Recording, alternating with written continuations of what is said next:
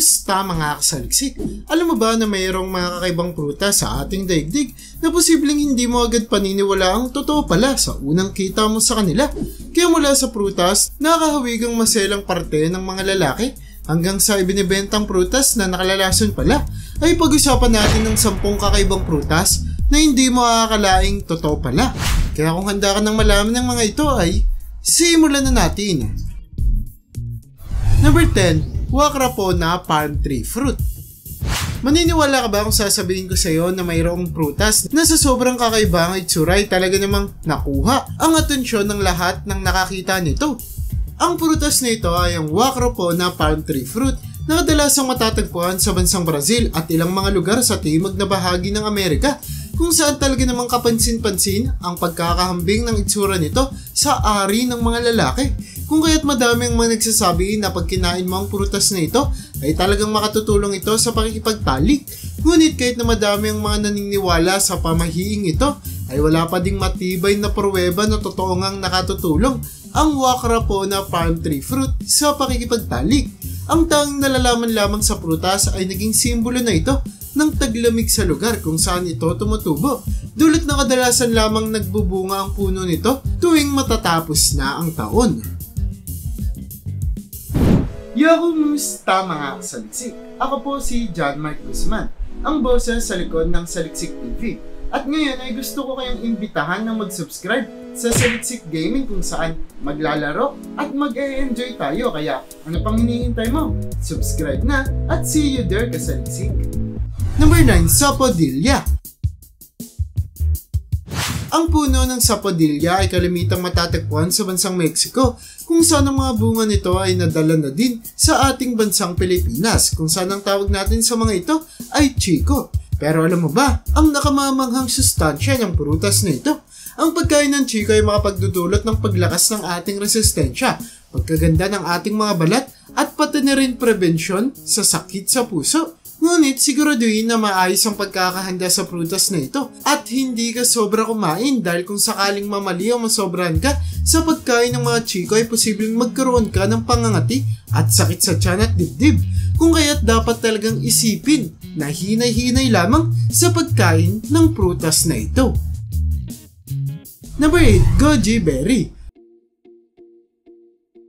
Kung nanonood ka ng mga palabas mula sa Korea, China at Japan, ay marahil pamilyar ka na sa goji berry, kung saan talaga namang napakasikat at kilala na ng prutas sa mga bansang ito dahil sa napakadami nitong benepisyo para sa mga tao, kung saan kasing dalas itong ginagamit sa medisina kasabay ng paggamit nito sa mga putahe, kung kaya tinuturing ang mga goji berry na superfruit. Ang goji berry ay hindi lamang nakatutulong sa pagpapalakas ng resistensya at kalusugan ng mga tao, kundi pati na rin sa pagpapapayat, kung saan madami ang mga pag-aaral na nagsasabi na nakatutulong sa pagbabawas ng timbang ang prutas na ito. Ngunit kagaya ng sapodilla, ay dapat limitahan lamang ang pagkain ng goji berry dahil ang sobrang pagkain nito ay posibleng makapagdulot ng komplikasyon sa ating sikmura. Number 7. Yuzu.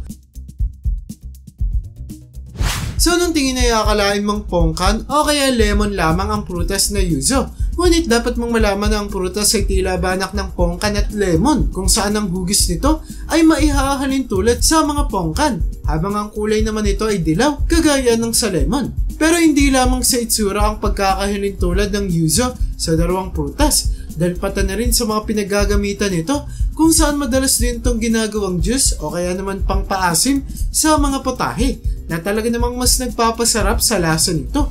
Ang lasa ng yuzu ay kagaya din sa pongkan at lemon, kung saan maasim din ito na may konting katamisan, habang ang amoy naman ng prutas ay sinasabing mas mabango at mahalimuyak. Number 6. Chalta.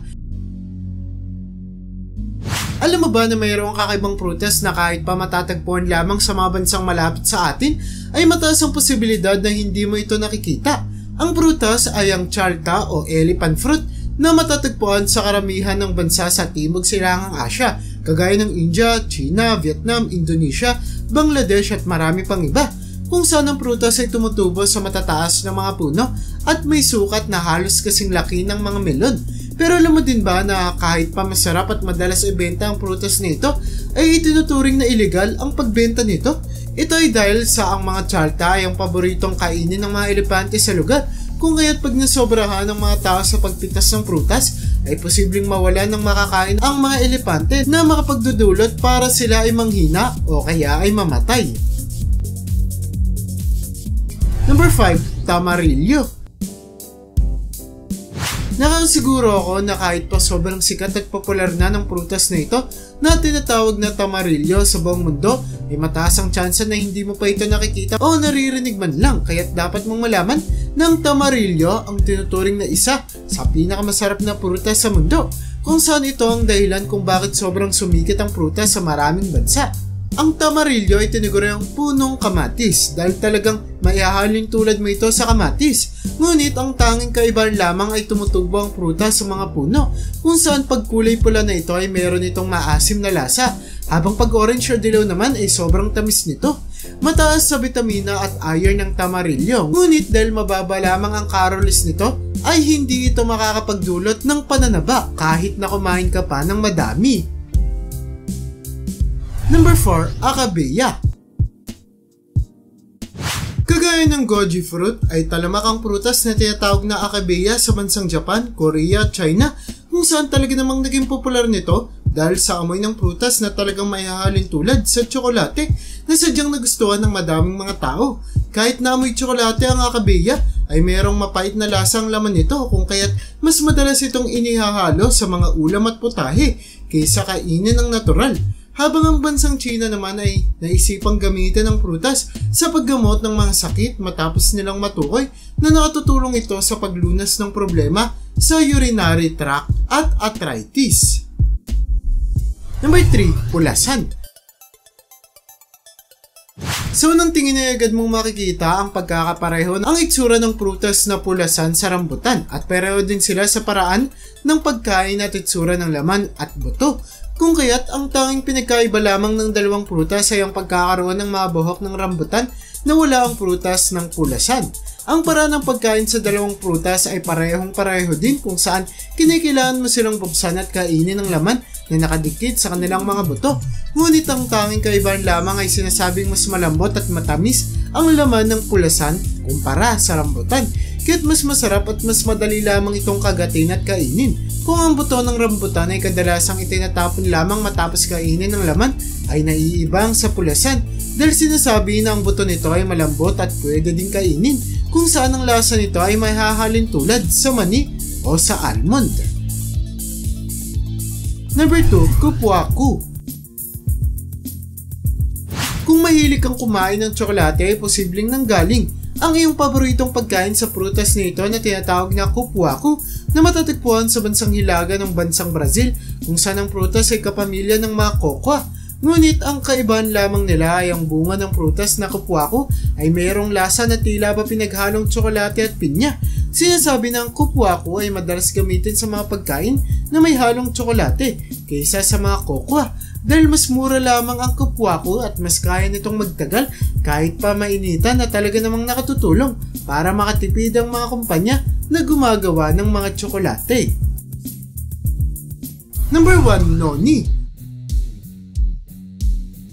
Ang noni fruit ay isa na namang prutas madalas makita malapit sa ating bansang Pilipinas, kung saan talamak ang bentahe nito sa mga bansa sa Timog Silangang Asya. Ngunit alam mo ba na ito yung turing na illegal ang pagbibenta ng prutas na ito?